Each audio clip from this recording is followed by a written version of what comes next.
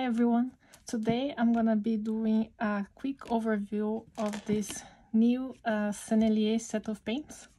I was very excited to get those, and I couldn't find a lot of info about them online or many review videos here on YouTube, so I decided to do this quick swatch and overview of how these paints behave.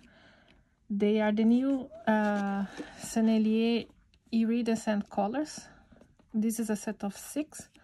I believe they release 2 sets of 6 and also a full set of the 12 new colors. So here's the box. It comes in this nice metal box. And on the back, have some extra info. It says the iridescent colors just as intense on white background as on black ones. And then some explanation here about the honey-based Sennelier watercolors. I really like Sennelier brand, and I have many of their regular watercolors. And I just stumbled upon these in a web store, in an art supply shop, and I decided to try it. I only found a review for them from a French YouTuber, and I thought they look nice, they look interesting, so I got myself this set. I got it from a shop called Cafetelier. It's a French art supply store. I'll leave a link down below for this set, and you can also check for the other sets that they have available. I believe I paid around 28 euro, I think. It had a reduction when I bought for this set, but it's a pretty good price considering there's 6 big tubes. So this is how it is inside. It comes with this little pamphlet from Sennelier with their products.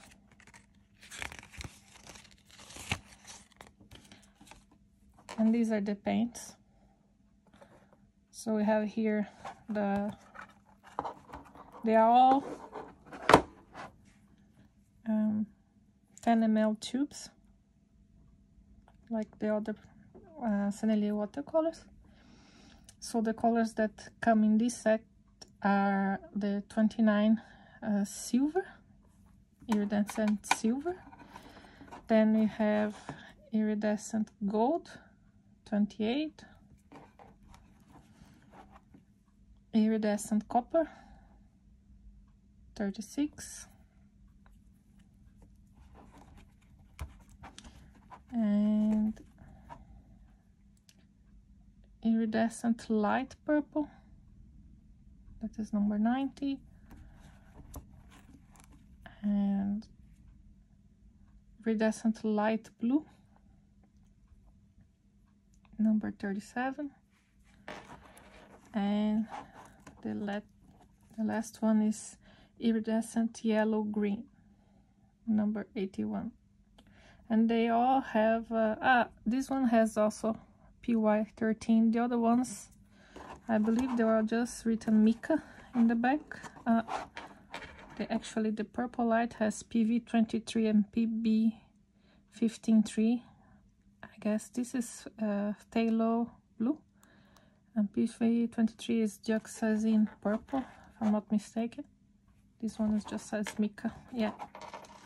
So now I'm going to swatch them on black and white watercolor paper. I'll be using these 2 sample sketchbooks that I got at the time from Jackson to be swatching, and yes, we can have an idea of how they perform in both white and black paper. So I'll start with the silver.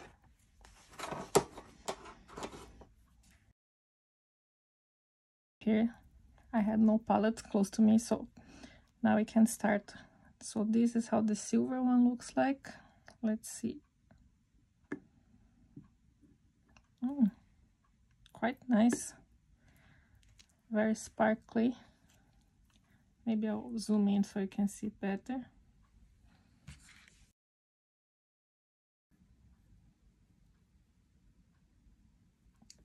So let's see the silver on the black paper. Wow, that's very shiny.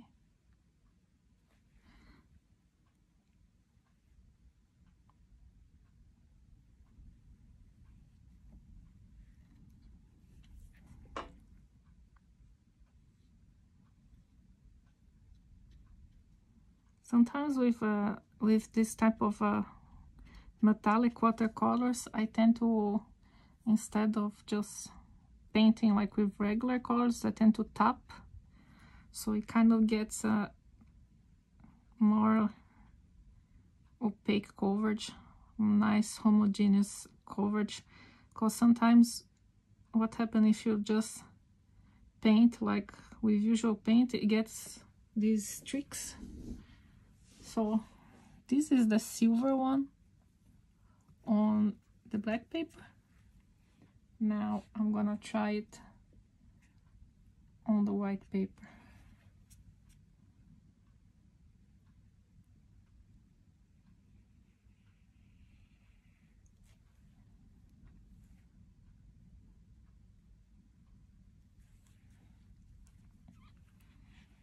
I'm impressed. It looks really nice so far. Sometimes this type of metallic paints can be a bit disappointing because sometimes they look shiny and bright, but then when you put them to paper, they're just not as metallic, or you only get that metallic effect from a certain angle,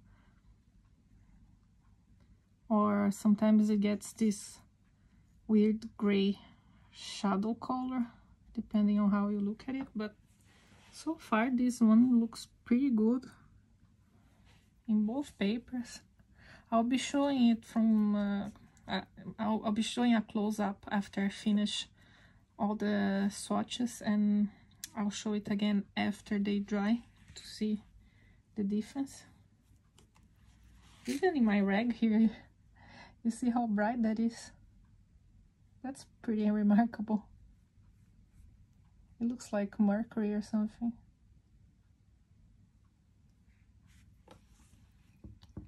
I really love Sennelier paints, and didn't expect them to come with something like that.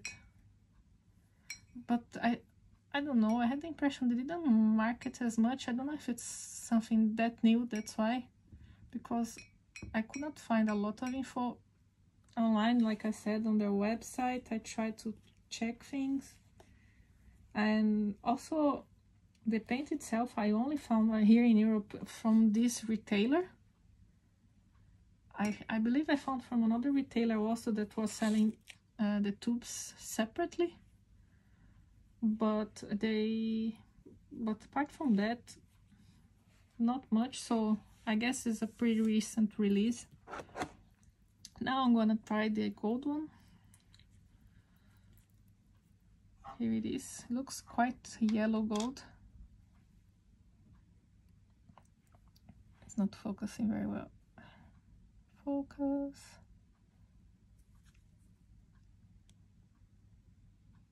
Yeah. Bit of a yellow.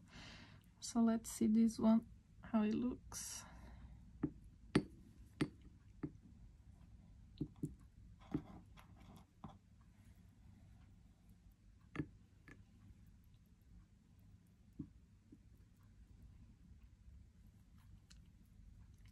Pretty nice so far, no binder separation or anything.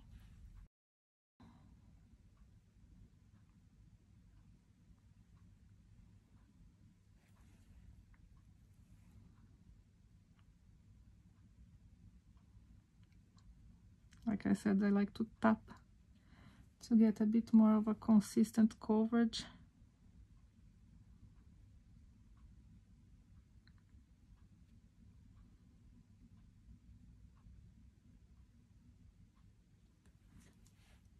Okay, now let's try in the white paper.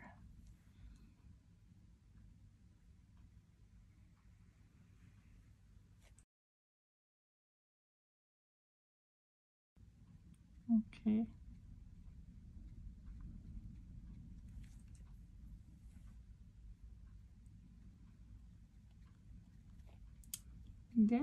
Their coverage is really good so far. All the other paints I have, like metallic, interference, iridescent paints, they're all in pens, like the Coliro Finetech. And I have also some Kramer pigment ones that are very nice as well. They're all in pens. So these are the first ones that I get with this the tube. I don't know if Sennelier intends to release them later in pen format, but so far I only found them in tubes. Even so, I think that is a really good price at 30 euro or so for 6 tubes. It comes at 5 euro per tube, and they come in this nice box as well, so I think it's a very good price. And oh, here's the copper one.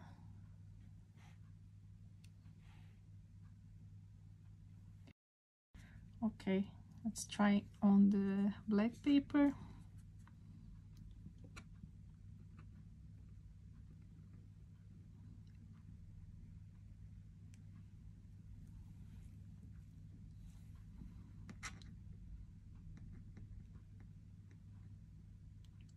It's really nice also.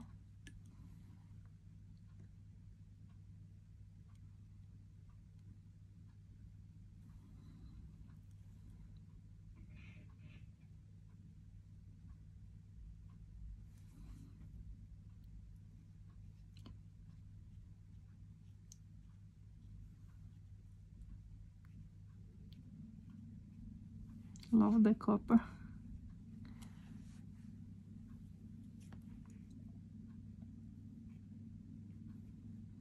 After I finish swatching the colors as they are like this, I think I want to try also experimenting using them over other colors. Or I have some paintings I did in the past. I'm thinking of using them over some areas of the painting, so I can see how they perform, and maybe mix them with some colors I have left over on my palettes as well. I already have a lot of golds and silvers, so I could basically do it with the colors I have already, but I really like the other colors. I like mostly the light purple that I'm gonna swatch next. I thought was a really nice color. Also, I think that to mix with other colors, it seems easier to do it with a tube rather than a pen color, just because it's a bit how can I say, it's a lot of work to be wetting them, working them, and then bringing the pigment with the palette and then mixing with other colors. I think with tube it's more straightforward in this case. So now it's the light purple. That's how it looks.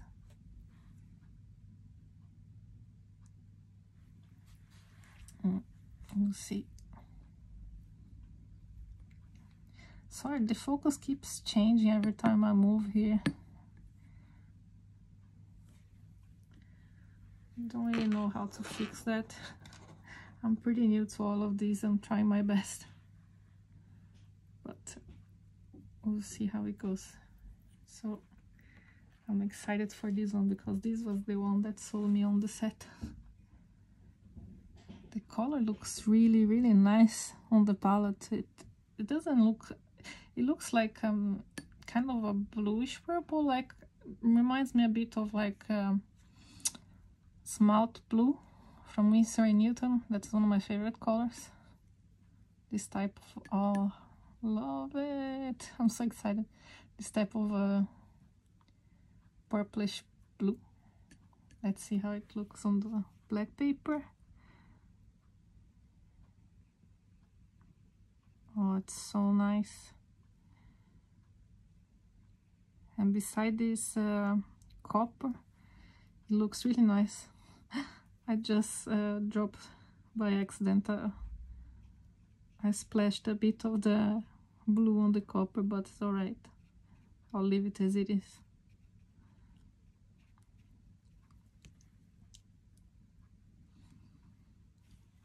It looks quite dark from the camera, but I'll show you soon when I finish everything. I will show you a close-up.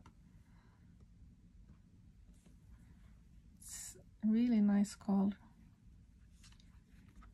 And usually you don't see this type of color in iridescent. You find a lot of blues that are like interference, meaning that they are kind of grayish, whitish, and then when you turn the page you can see this reflection of blue or violet.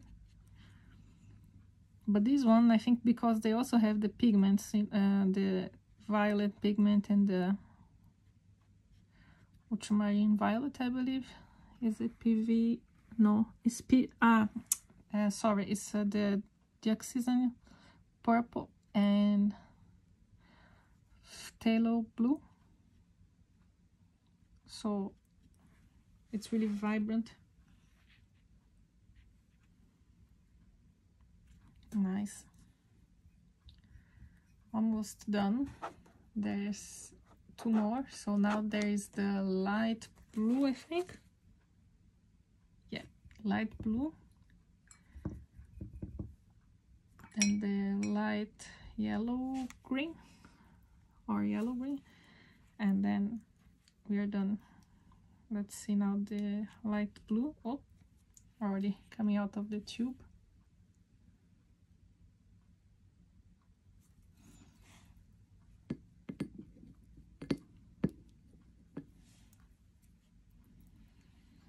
This one only says mica, so it doesn't have any other pigments in theory.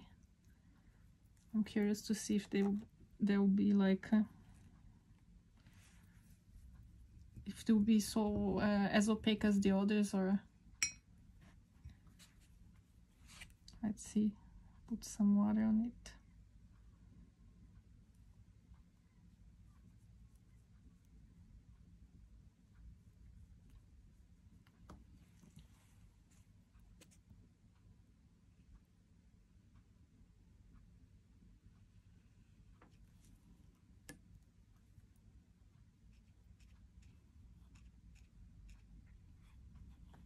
If you also like iridescent colors or metallic colors, leave a comment here below and tell me how you use them. I'm curious, because like I said, I'm not used to iridescent colors a lot. I've been using only lately this type of colors for details.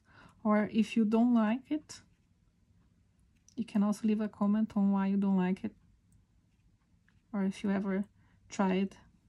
I'm just curious to know how people use those. The first time I got interested in those, I think, is when I was checking some of Ana Victoria Calderon's work. She does a lot of sacred geometry, mandalas and such, and she uses often this type of paints, mostly on black paper. She uses some handmade paints that are very pigmented and opaque. It gives it a nice effect. I guess it all depends on what you're doing with them. Like, if you're painting, I don't know, birds or insects, I'm sure that this blue I can see, for example, in a butterfly or in the wings of insects. Yeah, this one is a bit more transparent than the others. I'm trying to tap here to get a bit more coverage, but I can see that it's a bit more transparent because it's a light color as well, so I expect maybe the green to behave similarly. Oh, sorry, moving the camera too much. So yeah, let's see the last one.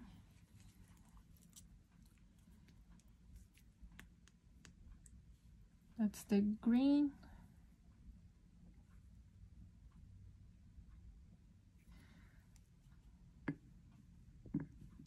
Oh, this one looks like it's a bit more separation. Put some more. It's a nice green. I can see that on like Christmas cards, for example. Be nice. Let's see.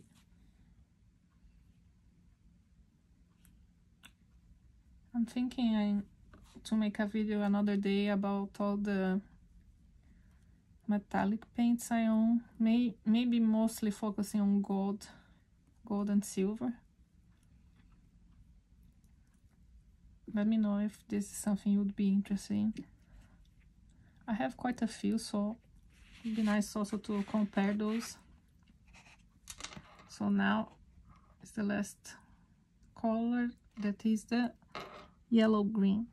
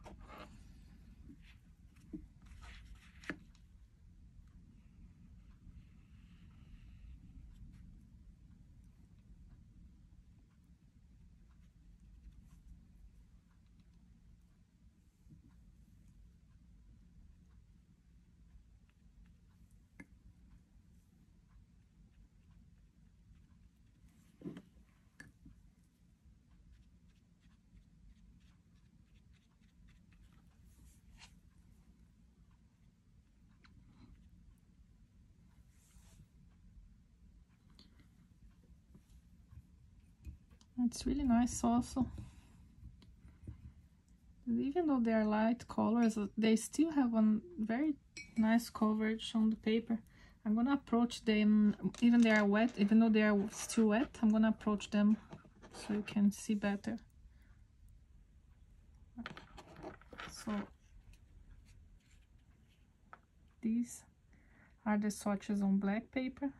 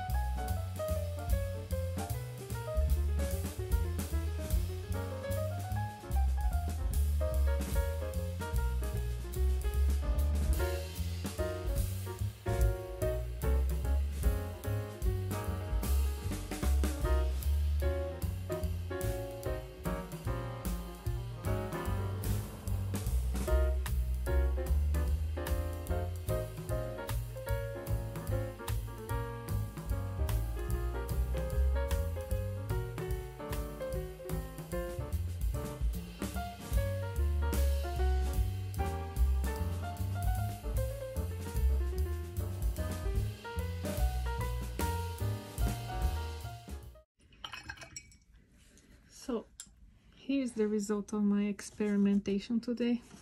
I'm gonna put on this angle so you can see.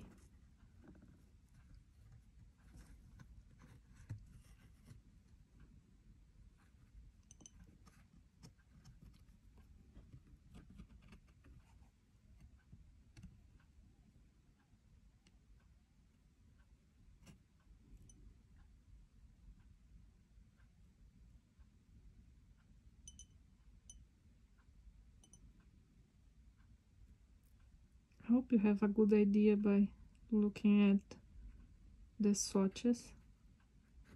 Sometimes it's a bit hard to catch the right angle. Also, my light is getting darker and darker because the sun is going down, so trying to finish everything before.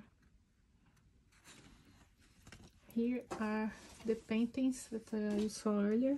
I was applying some of the iridescent colors on top of it.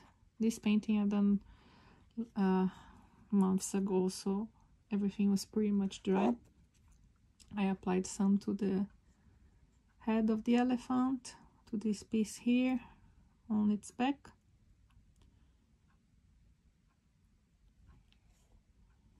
The feathers and the heart. The heart is my favorite part. Actually, I had done it with colored pencil before. I was not a big fan of how it looked, but said, okay, I'll leave it as it is. But after I added this sparkling paint, I really, really love it. I was not super impressed with the light blue, but I have to say, applying it to the paint now, it's really nice. Look. And the heart I painted with the copper one. You can see here how sparkly it is when the light hits it. This was just applied on top of the paint. I also applied to the top of another little paint I did last year, I think. I was testing this little sketchbook I got from Red Clover Meadow. So I applied some green to the leaves, you can see here, and some copper to the flowers.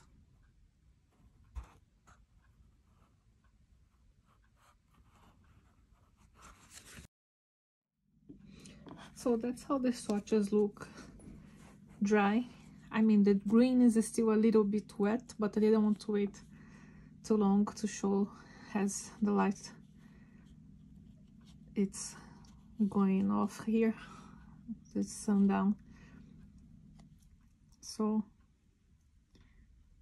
there, here the colors: the silver, gold, copper, light violet, light blue, and yellow green on the black paper.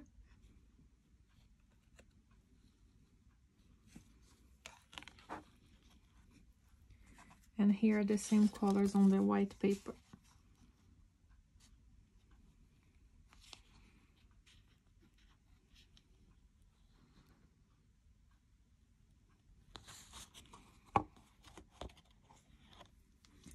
So I hope that you liked today's video. I hope that it was useful for you. Please consider subscribing to the channel, leaving a comment, liking this post, and checking my other liking this video and checking my other videos. It will be very helpful. I'm trying to do what I can to make interesting videos, and I hope to see you soon. Have a nice evening or weekend whenever you are watching this, and see you soon. Bye.